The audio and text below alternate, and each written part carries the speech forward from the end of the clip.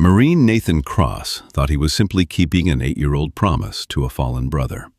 But before leaving a quiet nursing home, his loyal canine Rex unknowingly carried home something an old man had risked everything to hide. Later that night, Nathan discovered a tiny note sewn inside an old handkerchief. It contained only 4 chilling words: "Please don't forget us." Nathan had survived enemy fire overseas, but nothing prepared him for the silent nightmare hidden behind the peaceful walls of Silver Pines. Before we begin, tell me, where are you watching from? Drop your country in the comments below. Late February snow covered Red Lodge, Montana, in a pale silence, softening the mountain roads and burying the small town beneath a cold, forgiving sky. Gunnery Sergeant Nathan Cross drove his dark blue Ford F-250 toward the edge of town, with both hands steady on the wheel and no music playing inside the cab. At 44, Nathan was a tall, broad-shouldered Marine with a square, weathered face, short, dark brown hair touched with gray at the temples, and steel blue eyes that had learned to study everything before trusting anything. A narrow scar cut through the outer edge of his left eyebrow, left behind by a blast in Afghanistan that had taken more from him than skin.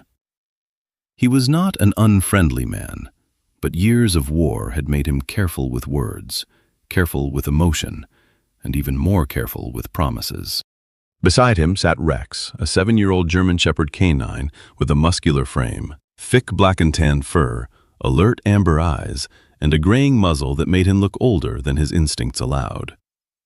Rex had served beside Nathan long enough to understand silence, danger, and grief.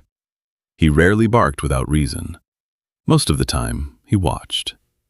Nathan stopped first at the small military cemetery outside Red Lodge. Snow clung to the iron gate and gathered in thin lines across the white headstones. Rex stepped down from the truck and walked beside him without command as Nathan carried a small bundle of white lilies through the 3rd row. He stopped at the grave of Staff Sergeant Daniel Brooks, the man who had saved his life 8 years earlier. Daniel had been 36 when he died, lean and sun-browned, with sandy blonde hair, restless green eyes, and a crooked smile that made young Marines believe bad days could still end with laughter. He had been the kind of leader who walked first into danger and last toward safety. During a patrol outside Kandahar, Daniel had spotted the buried explosive a second before everyone else. He had shoved Nathan and 2 younger Marines away before the blast tore through the road. Nathan lived because Daniel moved faster than fear. Nathan knelt and brushed snow from Daniel's name. In his wallet, he still carried the folded note Daniel had written before their final deployment. It was short, uneven, and worn soft from years of being opened and closed. "If you ever get back to Montana, go see my father. Don't let him think I forgot where I came from." Nathan had read those words hundreds of times. Still, it had taken him 8 years to stand here. Deployments, injuries, paperwork, and the strange emptiness of returning home had delayed him. But none of those excuses felt strong enough now. He placed the flowers at the base of the stone and touched the old dog tag hanging beneath Rex's collar. It had belonged to Daniel. Nathan had fastened it there years ago so Daniel's name would keep moving beside him. "I'm late," Nathan whispered, "but I'm keeping it." Silver Pines Senior Living Center stood 15 minutes north of town behind trimmed spruce trees and a polished wooden sign painted with bright flowers. From the road, it looked peaceful, almost too peaceful. Warm yellow lights glowed behind spotless windows, wind chimes hung neatly near the entrance, and the front walkway had been cleared so perfectly that Nathan wondered who they expected to impress. Inside, the lobby smelled of lemon cleaner, old carpet, and cinnamon air freshener. A receptionist named Linda Myers rose from behind the desk. She was in her early 50s, with shoulder-length silver blonde hair, soft brown eyes behind thin glasses, and a gentle, practiced smile that looked kind but tired around the edges. "Sergeant Cross," she said, glancing briefly at Rex before looking back at Nathan. Mr. Brooks has been expecting you." Walter Brooks was wheeled into the visitor's lounge a few minutes later by a young nursing assistant in pale blue scrubs.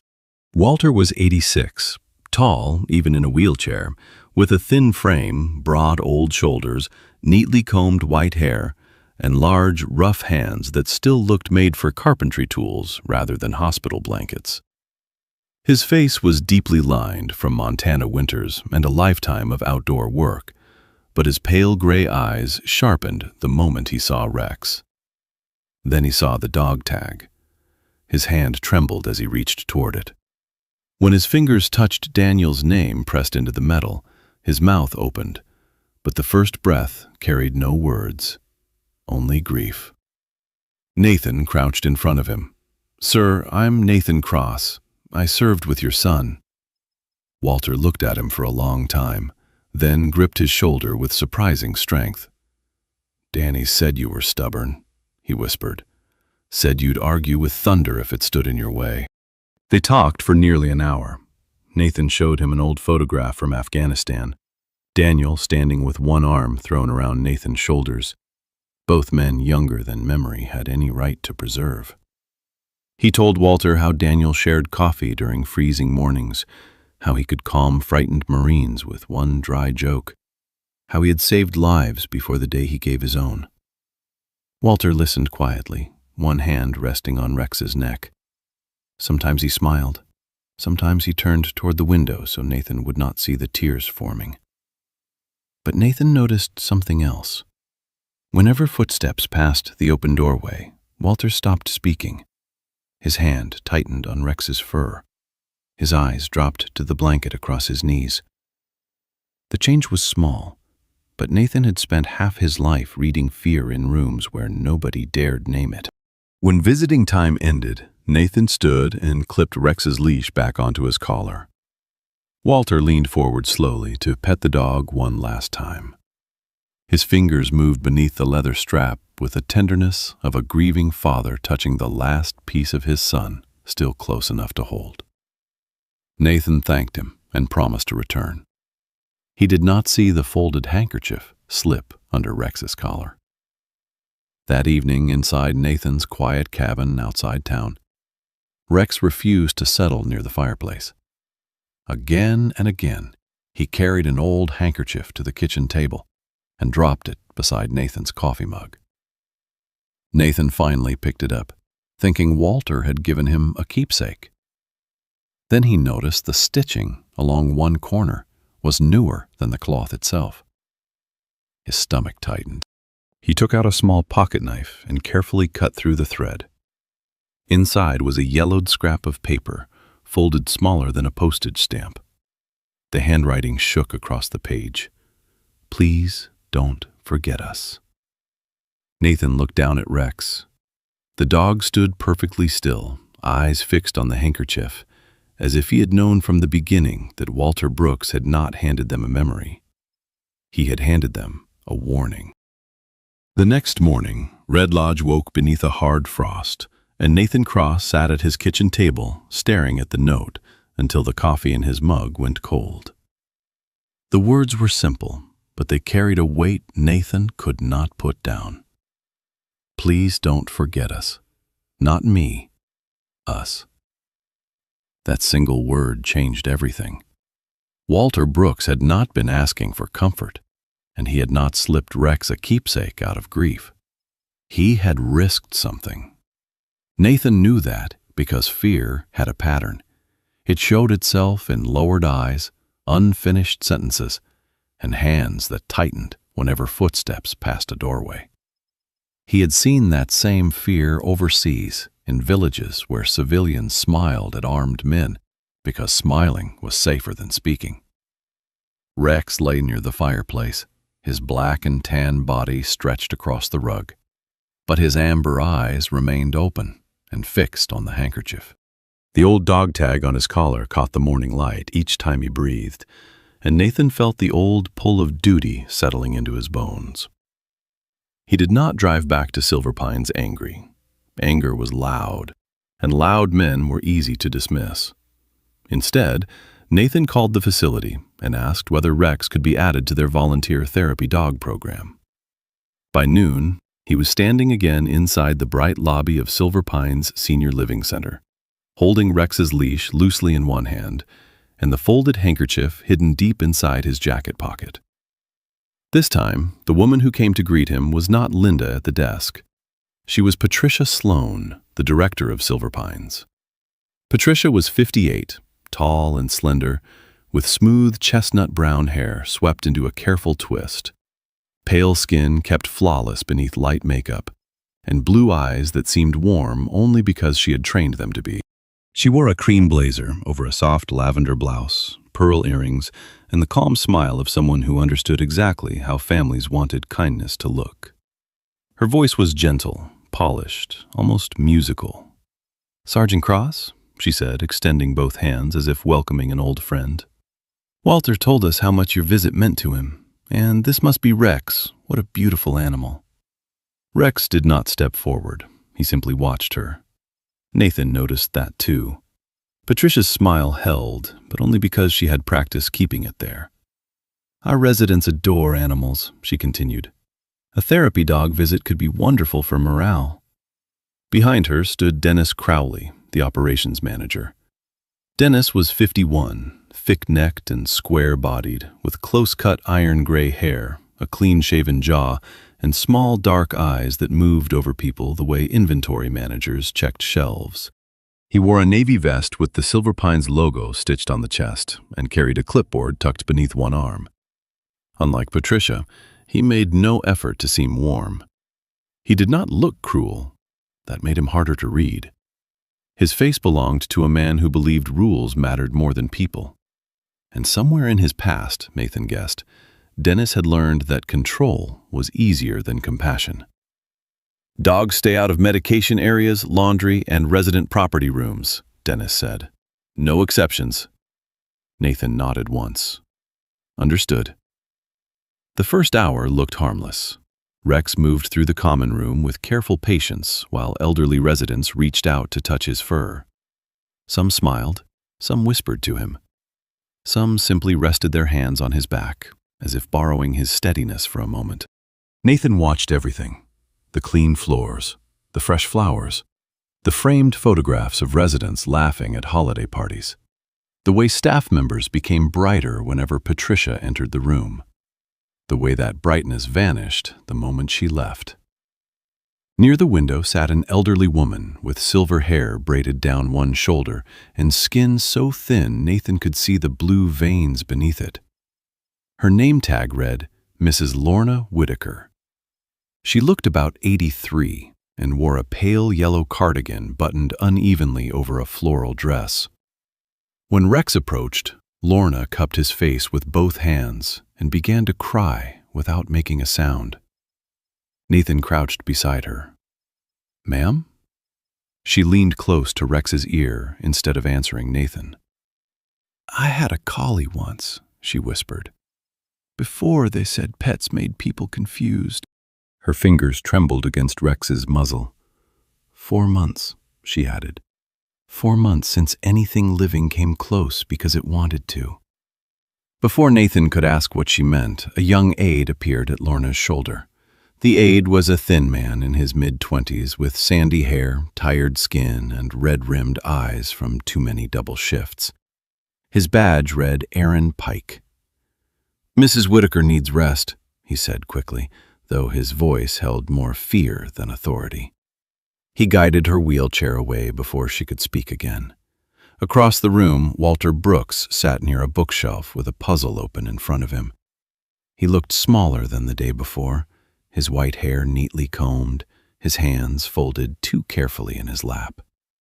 When Nathan approached, Walter did not smile until he saw Rex. Even then, the smile appeared only for a second. "You came back," Walter murmured. "I said I would." Walter's eyes flicked toward the hallway. Dennis stood near the nurse's station pretending to read his clipboard. Walter lowered his voice. "Some promises are dangerous to keep." Nathan felt the sentence strike him harder than any direct warning could have. He wanted to ask about the note. He wanted to place the handkerchief on Walter's lap and demand the truth, but Walter's shoulders had already tightened. Dennis was watching. So Nathan only rested one hand on Rex's head and said, "Then I'll keep it carefully." A faint change moved across Walter's face. Not relief, not yet, but recognition. For the rest of the afternoon, Nathan let Rex lead. The dog moved slowly from chair to chair, pausing longer beside certain residents. A retired bus driver named Marvin Bell, heavy-set and bald with kind brown eyes, patted Rex twice and muttered, "Mail day used to be Tuesdays." A woman with clouded glasses asked Nathan whether phones still worked outside Montana. Another man, too thin for his sweater, hid a folded napkin beneath his plate when Dennis passed. Small things. Too many small things. Near the end of the visit, a linen cart rolled through the common room pushed by a woman in gray scrubs. Rex stopped immediately. His ears rose. He did not bark. He stepped closer to the cart and lowered his nose toward a bundle of folded sheets. Dennis crossed the room at once. "That area is restricted," he said. Nathan straightened slowly. He smelled something. "This is a care facility, Sergeant. Everything smells like something." Patricia appeared behind Dennis, her smile still perfect, her eyes no longer warm. "Perhaps Rex has done enough for one day." Nathan gave a polite nod. "Of course." As he clipped Rex's leash shorter, Walter suddenly coughed from across the room. Not loud, not dramatic. Just enough for Nathan to look over. The old man's hand rested on the edge of his puzzle board. One wooden piece had been turned upside down. On the back of it, written in faint pencil, were two words: laundry room. Nathan looked down at Rex. The German shepherd had not moved.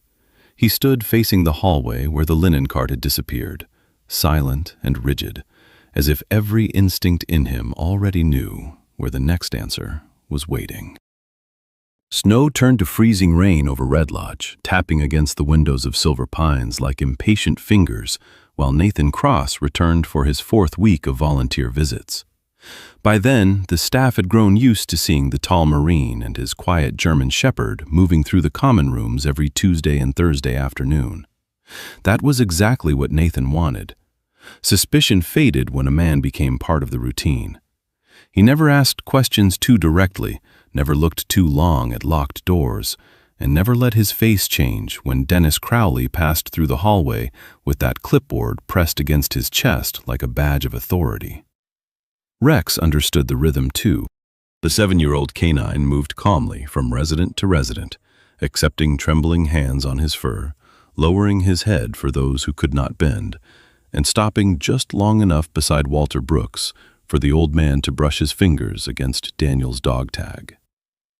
But every visit ended the same way. Rex would slow near the corridor marked laundry and resident property, ears lifting, nostrils working, body going still in that quiet way Nathan had learned never to ignore. The woman who ran that wing was Emily Foster. She was 31, slender and pale from long indoor shifts, with dark auburn hair usually tied in a messy knot, tired hazel eyes, and hands roughened by detergent and hot water. She wore gray scrubs that never quite fit and moved with the nervous speed of someone afraid of being noticed by the wrong person. Emily did not seem cruel. If anything, she looked permanently apologetic, as if every inconvenience in the building somehow belonged to her. Nathan learned from Linda that Emily's mother was receiving kidney treatments in Billings, and that Silver Pines insurance was the only reason the family had not lost everything. That explained the fear in Emily's face whenever Dennis spoke her name. At first, Emily avoided Nathan. When Rex paused near the laundry door, she said, "Residents lose things all the time," and shut the door before Nathan could answer. When he asked whether Walter's clothes had been misplaced, she only said, "You'll have to speak to Mr. Crowley." Her voice was polite, but her eyes begged him not to press further. Nathan knew that kind of silence. Some people lied because they were guilty. Others lied because they could not afford the truth. The break came on a Thursday evening when freezing rain had glazed the parking lot and half the night staff had called in late. Nathan had stayed after the official volunteer hour because Lorna Whitaker had fallen asleep with one hand resting on Rex's back, and Patricia, distracted by a visiting donor, had forgotten to send him away. Near 7, Rex suddenly lifted his head. He did not bark. He rose, turned toward the service corridor, and walked with a purpose that pulled Nathan from his chair. "Rex," Nathan said quietly. The dog did not stop. Nathan followed him past the vending machines, past the locked laundry door, and toward a small changing room used by staff. A faint sound came from inside. Not a voice, not a cry. More like fabric scraping weakly against tile. Nathan opened the door and felt the cold immediately. An elderly woman sat on the floor beside a metal locker, wrapped in a thin bathrobe, her bare feet bluish against the tile. She was small and fragile, about 82, with cloud-white hair cut close to her head, delicate brown skin, and eyes that fluttered as if she were trying to stay awake through a dream. Her name tag hung crookedly from the robe, Helen Carter. Rex went straight to her and lowered himself against her legs, pressing his warm body carefully to hers without knocking her over. Nathan dropped to one knee. "Ma'am, can you hear me?" Helen's lips moved. "I waited," she whispered. "They said they'd come back." Emily appeared in the doorway seconds later and went white. "Oh God," she breathed. She was supposed to be taken back after shower rounds. She reached for her radio with shaking hands, then stopped as if realizing a radio would also bring Dennis. "Call 911, Nathan said. Emily looked at him, terrified. "Now." She obeyed. By the time paramedics arrived, Rex was still lying against Helen, refusing to move until Nathan gave the command. Dennis stormed down the hall 15 minutes later, his jaw tight, his clipboard missing for once. Patricia followed in a dark wool coat, her makeup perfect, her expression arranged into concern. "This was an unfortunate staffing error," she said softly to the paramedics, to Nathan, to the walls. "Mrs. Carter has occasional wandering episodes." Nathan looked at Emily. Emily looked at the floor.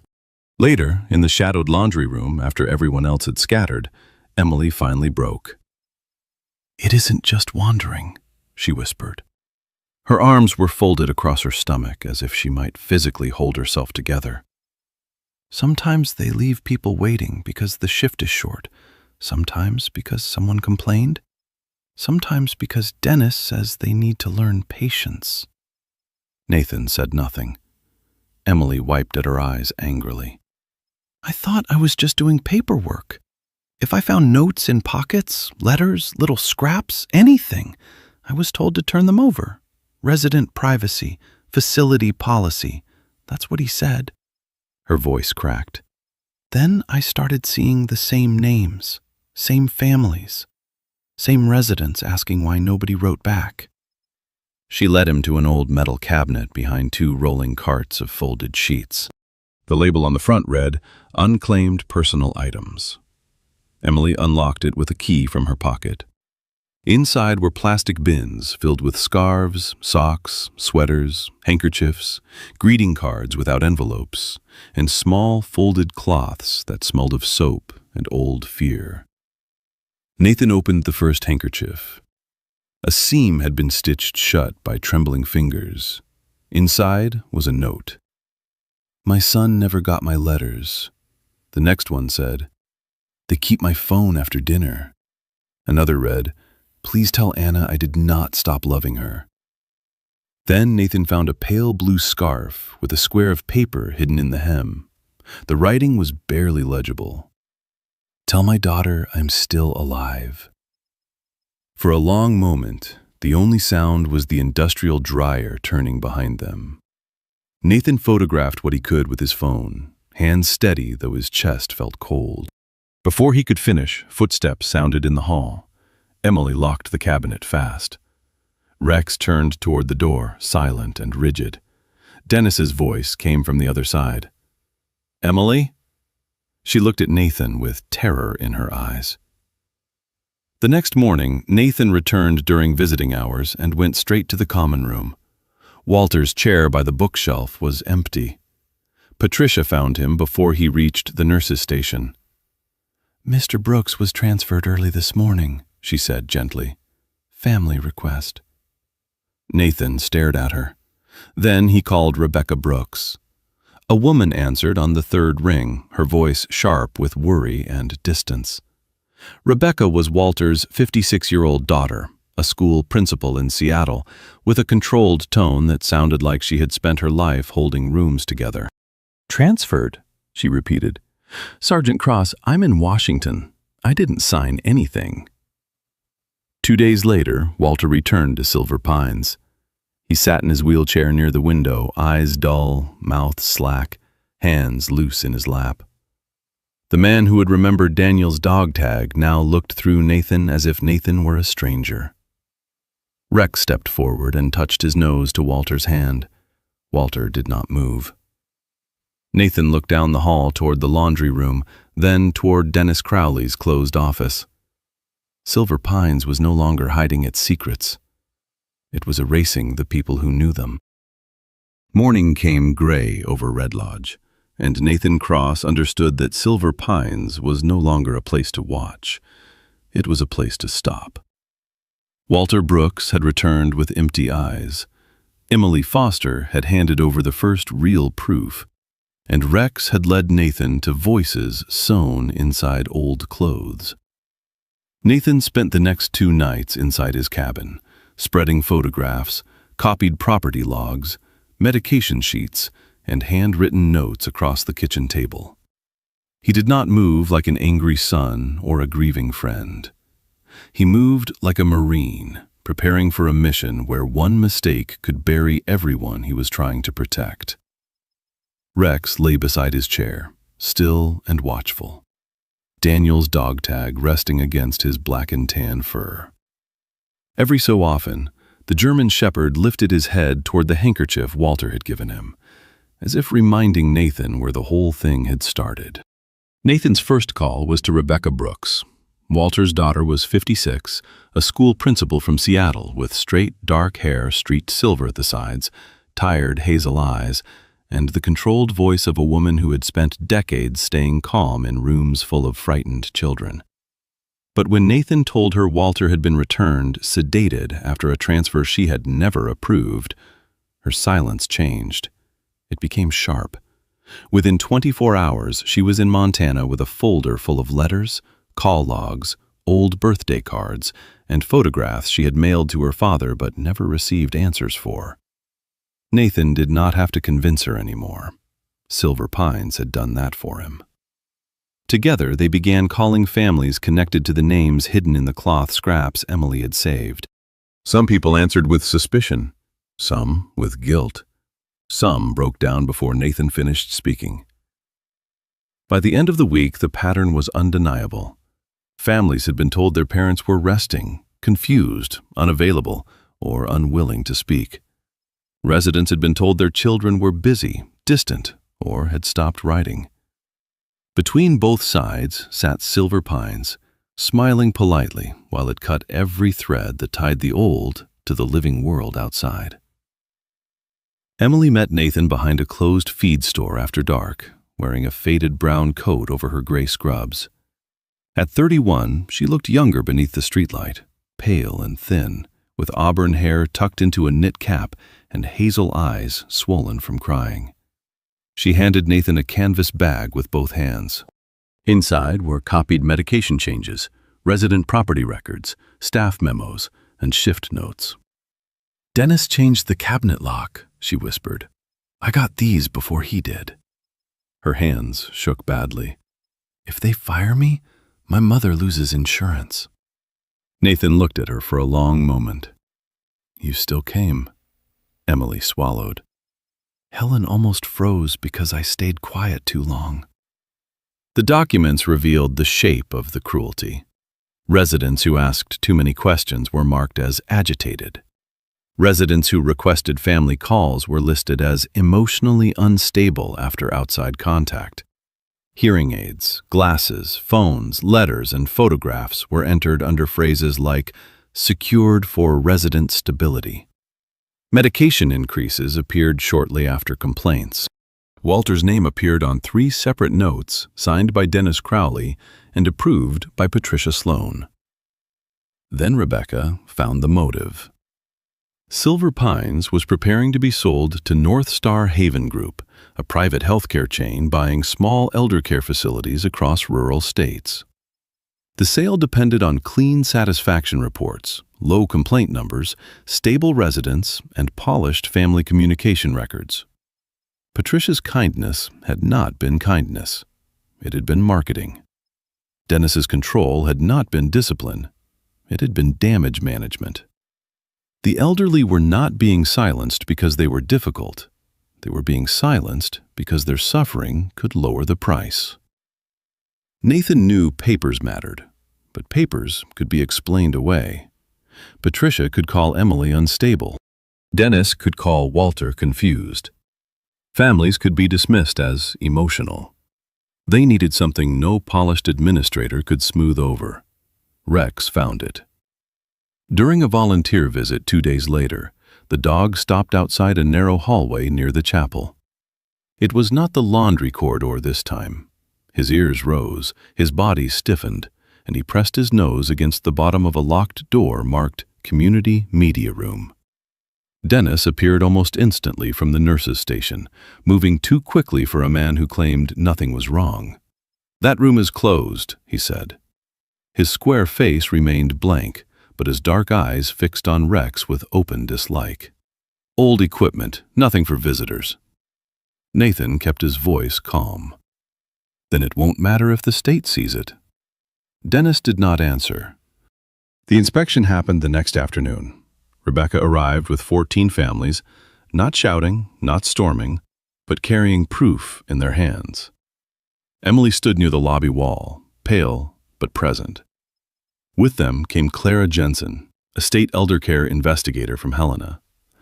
Clara was 49, short and solidly built, with cropped black hair, warm brown skin, and the steady expression of someone who had listened to institutions lie for 20 years and no longer mistook politeness for truth.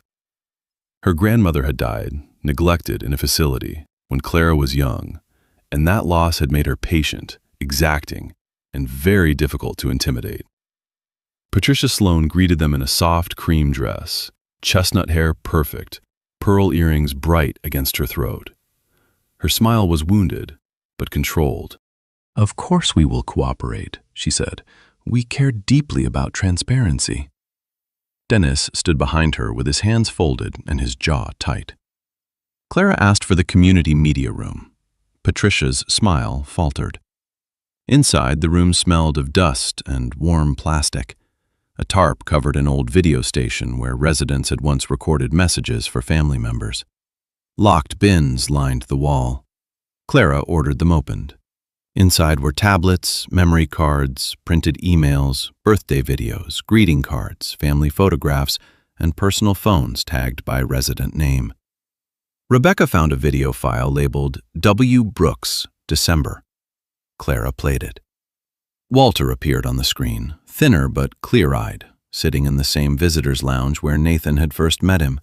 He looked directly into the camera and said, "Rebecca, if you see this, I did not stop answering. They are keeping us quiet." The lobby outside went silent. Another video showed Lorna Whitaker asking why her brother never came anymore. Another showed Marvin Bell holding a birthday card to his chest and saying he had not heard from his grandson in months. The truth was not one complaint. It was a chorus. Then Walter was wheeled into the doorway by a trembling aide. He looked weak, but his eyes were awake. Rex crossed to him immediately and rested his head against Walter's knee. The old man placed one shaking hand on Daniel's dog tag, then lifted the other toward Patricia and Dennis. "I gave Nathan the handkerchief," Walter said, his voice thin but steady. "Because I knew my daughter had not forgotten me, and I knew someone here wanted me to believe she had." For the first time, Patricia had no answer. Clara turned to her team. "Seal this room. Seal resident property. No one removes a thing." Dennis stepped backward as if distance could save him. Then one of the tablets on the table lit up and began playing an unsent recording by accident. Patricia's own voice filled the room, calm and unmistakable. "Families only need to see what keeps them comfortable." Nathan looked at Walter. Walter looked at Rex. And in that moment, Silver Pines finally stopped feeling like a building full of secrets. It became a crime scene. Early autumn sunlight settled gently over the mountains surrounding Red Lodge, washing away the last traces of the long winter that had changed so many lives. Silver Pines Senior Living Center stood silent behind temporary fencing, its entrance locked beneath state investigation notices, while moving trucks carried away boxes of records that had remained untouched for years. The building had once promised comfort. Now it had become evidence. Within 48 hours of Clara Jensen securing the community media room, state investigators seized every storage device, resident communication log, medication record, and property inventory inside the facility. Patricia Sloan never raised her voice. Even while investigators escorted her through the lobby, she maintained the polished posture that had fooled families for years. Only her eyes betrayed her, searching desperately for someone who might still believe the carefully built illusion. Dennis Crowley looked different. The rigid confidence that had once controlled every hallway disappeared completely. His shoulders sagged beneath a wrinkled gray jacket, and he refused to look at the residents whose lives he had reduced to paperwork. Investigators questioned both of them regarding financial fraud, falsified medical documentation, unlawful restriction of resident communication, and abuse of vulnerable adults. For the first time, Silver Pines belonged not to those who managed it, but to the people who had survived it. Families began arriving almost immediately. Some embraced parents they believed had chosen silence. Others discovered stacks of birthday cards, Christmas letters, children's drawings, and photographs that had never been delivered. Tears filled nearly every hallway. Lorna Whitaker laughed and cried at the same time while reading 3 years of letters from her younger brother. Marvin Bell finally listened to recordings from his grandson, wishing him happy birthdays he never knew existed. Helen Carter held her daughter's hands for nearly an hour without speaking a single word. She simply refused to let go. Emily Foster stayed until every resident had been transferred safely. At 31, she still carried the quiet gentleness that had made her comfort frightened patients, even while living with fear herself. Her auburn hair remained tied loosely behind her neck, and the dark circles beneath her hazel eyes had not disappeared, but something else had. Shame no longer controlled the way she stood. Before leaving Silver Pines forever, she handed Clara one final envelope. Inside were handwritten notes Emily had kept over the years whenever something felt wrong, but she lacked the courage to report it. "I don't want anyone else carrying what I carried," she said softly. Clara placed one reassuring hand on Emily's shoulder. "Then today is where that burden ends." Walter Brooks did not return directly to his old cabin. His doctors insisted several weeks of rehabilitation were necessary after months of unnecessary sedation and emotional isolation. Nathan visited every afternoon after finishing work. He never arrived empty-handed. Sometimes he brought homemade soup. Sometimes fresh apples from a nearby orchard. Sometimes he simply sat beside Walter's bed while Rex rested quietly with his head across the old man's slippers. Walter spoke very little during those first weeks. Trust, Nathan realized, healed more slowly than broken bones. Rebecca remained in Montana far longer than she originally planned. Watching her father slowly recover taught her something she would carry for the rest of her life. Love was not measured by how often someone visited. Sometimes it was measured by whether anyone allowed those visits to happen.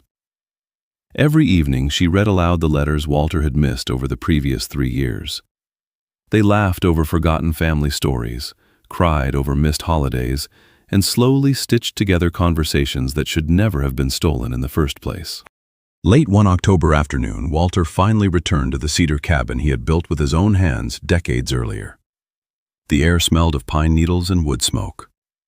Nathan had spent several weekends quietly repairing loose porch boards, installing sturdy railings, widening 2 interior doorways, and building a gentle ramp leading to the front entrance. He never mentioned any of it. Walter noticed immediately. Standing on the porch with his cane, the 86-year-old craftsman looked toward Nathan with eyes clearer than they had been since the day they first met. "You work too much," he muttered. Nathan smiled. "I learned from stubborn old men." Winter came again, but this time it brought peace instead of fear. One snowy afternoon, nearly a year after Rex carried the hidden handkerchief home, Walter invited Nathan into his workshop. The room smelled exactly as Nathan imagined Daniel's childhood had smelled. Fresh pine, cedar shavings, old varnish, and honest labor. Walter's hands still trembled slightly, yet they remained steady enough to shape wood with quiet patience. Resting on the workbench stood a handcrafted pine box, polished until its surface reflected the warm workshop light. Walter opened it slowly. Inside lay the carefully folded handkerchief that had started everything. Beside it rested dozens of printed copies of the rescued letters and recordings, preserved inside protective sleeves. Nathan looked up in surprise. Walter smiled. "I almost hid that handkerchief forever," he admitted. "Fear makes people believe silence is safer than hope." He gently closed the lid. "I don't want these hidden anymore." Nathan ran one hand across the smooth pine grain. "What are you going to do with them?" Walter looked toward the workshop window where Rex sat watching snowflakes drift across the yard. "We're giving them away." Several months later, the small box became the center of something none of them had expected. With Clara's support, Rebecca organized a traveling exhibit for senior advocacy organizations across Montana. The display contained copies of the rescued letters, photographs of reunited families, and recorded messages that had finally reached their loved ones. They called it the last message. Visitors did not come to remember Silver Pines. They came to remember the people whose voices had almost disappeared forever. At the opening event, Nathan remained near the back of the room while reporters interviewed families. He never enjoyed attention. Rex, now 9 years old, patiently accepted gentle strokes from elderly visitors who smiled every time they noticed Daniel's weathered dog tag hanging beneath his collar. Walter slowly approached Nathan. "You know," he said quietly, "Daniel once told me you always volunteered for the hardest assignments." Nathan chuckled softly. He exaggerated. "No," Walter replied. "He simply didn't know your hardest mission wouldn't happen overseas." For a long moment, neither man spoke. Outside, snow began falling again across Red Lodge. Nathan looked through the window and watched Rex patiently sitting beside an elderly woman who had been smiling through tears while reading one of the recovered letters. That was when he finally understood. A promise was never really about finishing a task. A promise was about making sure hope reached someone who had almost stopped believing it ever would. Nathan placed one hand gently against Daniel's dog tag, resting on Rex's collar. This time, he did not whisper, "Mission accomplished." Instead, he smiled quietly and said, "We're still delivering them." Because some promises were never meant to end. Sometimes God's miracles do not arrive with thunder or bright lights. Sometimes they come through a faithful dog, a kept promise, or one person brave enough to notice those who have been forgotten. Nathan thought he was only honoring a fallen brother, but that promise became the answer to many silent prayers. In everyday life, there are people around us carrying pain we may never see. A visit, a kind word, a phone call, or simply choosing to listen can become a blessing in someone's darkest season. God can work through small acts of compassion in ways we may never fully understand. If this story touched your heart, please share it with someone who needs hope today. Leave a comment and tell us what part moved you most. And don't forget to subscribe for more stories of courage, loyalty, faith, and second chances. May God bless you and your family with peace, strength, protection, and light in every season of life.